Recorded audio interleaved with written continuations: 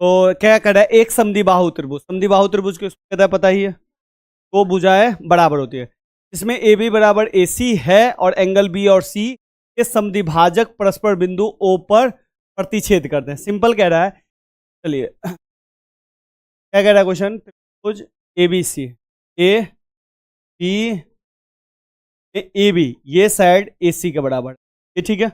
A B बराबर ए सी हो गया। तो आप जानते हैं कि समद्विबाहु त्रिभुज में दो भुजाएं बराबर होती है तो दो कोण भी बराबर होते हैं। ये दो भुजाएं बराबर होगी तो ये कोण और ये कोण भी क्या होंगे, बराबर होगी, ठीक है। अब क्या कह रहा है, बी और सी के समद्विभाजक, समद्विभाजक का अर्थ होता है दो हिस्सों में बांटना, और ये क्या कर रहा है, कोण बी और कोण सी का समद्विभाजक परस्पर बिंदु ओ पे प्रतिच्छेद करते हैं। यानी कि इसका समद्विभाजक कोण का ऐसे निकला, एंगल को दो हिस्सों में बांट दिया, और इसका समद्विभाजक ऐसे निकला तो ओ पे प्रतिच्छेद किया, ठीक है। दर्शाइए, ए और ओ को भी जोड़ दीजिए, क्या ए और ओ को जोड़ दिए, जैसे जैसे क्वेश्चन किया वैसे वैसे मैं किया। तो दर्शाइए कि ओ बी बराबर ओ सी, यानी कि क्या सॉल्यूशन है, सबसे पहले ओ ए बी बराबर ए सी, ठीक है, और एंगल बी बराबर एंगल तो समद्विबाहु के, ठीक है। अब क्या करना है आपको, करना है बी बराबर, बस हमको एक बात बताओ, ओ बी कहाँ दिख रहा है आप, ये ओ पॉइंट है ओ बी, और ध्यान से देखिए कि ओ बी एंगल में दिख रहा होगा आपको, और ओ सी, फिर आप ये भी कर सकते हो कि भैया ओ बी ओ सी मुझे इस ट्रायंगल में भी तो दिख रहा है, ये भी है, लेकिन मैं ऐसा नहीं करूँ, पहले मैं ये ट्रायंगल लूंगा और ये ट्रायंगल, और समझ गए, ए ओ बी त्रिभुज ए ओ बी और बराबर नहीं, और त्रिभुज ए ओ सी। आप सब जानते हैं भैया ओ बी बराबर ओ सी करना है तो सिंपल है भैया, इस ट्रायंगल को सर्वांगसम करो,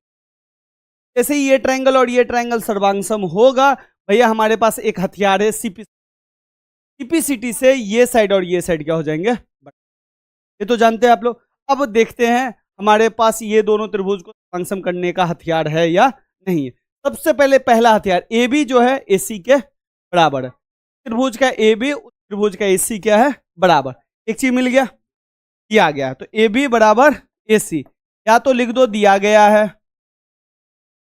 और नहीं तो इंग्लिश में क्या लिख देना है, एक ही हो, कोई दिक्कत। अब आइए, अब ध्यान से देखिए कि ओ ए दोनों में है ओ ए की उभयनिष्ठ ओ ए, तो भैया मैं ओ ए बराबर ओ ए क्या लिखूंगा, उभयनिष्ठ, और इंग्लिश क्या लिखूंगा, कॉमन, ठीक है, ये भी साइड और ये भी साइड, साइड तो कह रहा है करने ही के लिए, साइड नहीं लेंगे, एंगल पे ध्यान देंगे। अब बताओ एंगल कौन इक्वल है, ए ओ और ए सी ओ बराबर है, कैसे मैं बता, क्वेश्चन ने बोला है कि एंगल बी बराबर एंगल सी है, कोई दिक्कत, और क्वेश्चन ने बोला कि भैया बी का आधा, भाई बी का आधा लो, बी का आधा और सी का आधा, ये दोनों भी तो बराबर ही होगा, जब बी भी 60 होगा और सी भी 60 होगा, इसका आधा कितना होगा 30, और इसका भी आधा कितना होगा, मतलब इसका भी आधा क्या होंगे, बराबर। आधा में हमको ये वाला आधा लेना है या ये वाला आधा लेना है, ऊपर वाला आधा लेना है, क्यों, आपने ये ट्रायंगल लिया ए बी ओ जिसमें ये आधा है, और समझ गए, तो मैं लिखूंगा ए बी ओ बराबर ए सी ओ,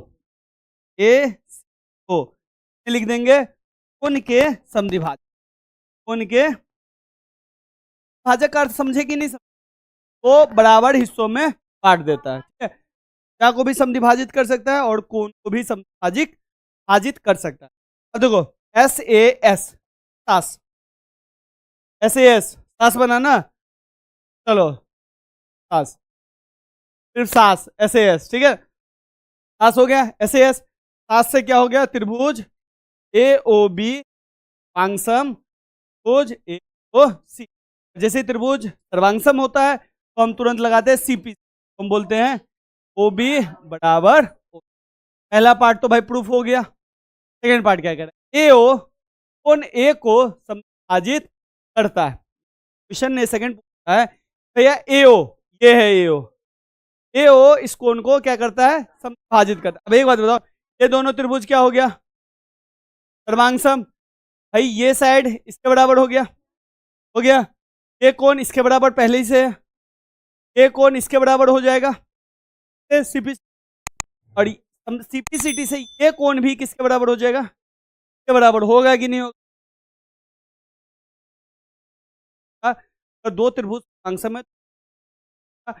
congruent corresponding parts of congruent are equal, यानी कि जो उसका संगत भुजा हो या संगत कोण हो वो क्या होंगे, बराबर होंगे। क्या होंगे, बराबर। देखिए इसका संगत कोण कौन होगा, ये होगा कि नहीं होगा, तो ये कोण और ये कोण क्या होगा, होगा कि नहीं होगा। कोण को हम क्या लिखेंगे, ए ओ, और इस कोण को क्या लिखेंगे, ए ओ लिखेंगे, लिखेंगे कि नहीं लिखेंगे। अब बताओ कि ए ओ बराबर ए ओ, क्या एक बात बताओ, का एंगल ए है, चल ए समझ में आया, चल ए मतलब, और ये हिस्सों में बट गया, एक तो बट गया बी ए ओ में बट गया, और एक बट गया ए ओ में, यही बटा ना, यानी कि एंगल ए को हम दो हिस्सों में लिख सकते हैं, लिख सकते हैं, लेकिन ये दोनों हिस्सा बराबर है, देखो ये दोनों हिस्सा बराबर है, इसका मतलब है कि इसने समझी आजित किया। यहाँ पे लिख देंगे एंगल ए को ओ ए ने, बात समझे कि नहीं समझे, समझी, समद्विभाजित किया, क्लियर है ना बेटा। यहाँ पे भी आपने क्या किया, दो हिस्सों में बटा है, बराबर है, तो इसी अगर ये इसका प्लस इसका प्लस है तो ये बराबर ये है, तो मतलब ये लाइन ने इसको इक्वल इक्वल बांट दिया है, हमने लिखा है एंगल ए को ओ ए ने सब। हाँ चलिए सेकंड क्वेश्चन देखिए।